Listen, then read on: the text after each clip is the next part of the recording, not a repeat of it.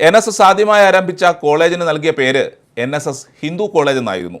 അത് തുടങ്ങാൻ NSS നേരിട്ട എതിർപ്പുകളും അതിനെ ശക്തമായി പ്രതിരോധിച്ച മന്നത്തിൻ്റെ നിശ്ചയദാർഢ്യവും നായന്മാർ മറന്നാലും അവരുടെ നായകന്മാർ മറക്കരുത്.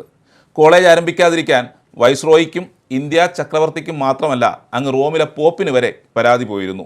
ഇതര സമുദായങ്ങൾക്ക് ക്ഷോഭകരമായി യാതൊന്നും ചെയ്യുകയില്ല എന്ന പ്രഖ്യാപിത അജണ്ട സമരീതിയിലുള്ള സഹവർത്തിത്വത്തിൻ്റേതാണ്, അല്ലാതെ മുട്ടിലിഴയാനുള്ളതല്ല എന്ന് മന്നം അന്ന് കാണിച്ചു കൊടുത്തിരുന്നു. സാമുദായികോദ്ധാരണവും ഒപ്പം സമാജ അഭിവൃദ്ധിയും ലക്ഷ്യമിട്ട മഹാത്മാക്കൾ കല്ലും മുള്ളും കാലുക്കുമെത്തയാക്കി പിടിയരി വിരിച്ച് ജന്മനക്ഷത്ര പിരിവെടുത്ത് ഉയർത്തിയെടുത്ത ഹിന്ദു സമാജത്തിൻ്റെ അംശമായ സമുദായ സംഘടന കേവലം ചിലരുടെ സ്വാർത്ഥ താല്പര്യങ്ങൾക്കും തറവാടിത്ത ഘോഷണങ്ങൾക്കും മാത്രമുള്ള വേദിയായി ചുരുങ്ങുന്നുവോ എന്ന് അന്വേഷിക്കേണ്ടത് കാലഘട്ടത്തിൻ്റെ ആവശ്യം കൂടിയാണ്.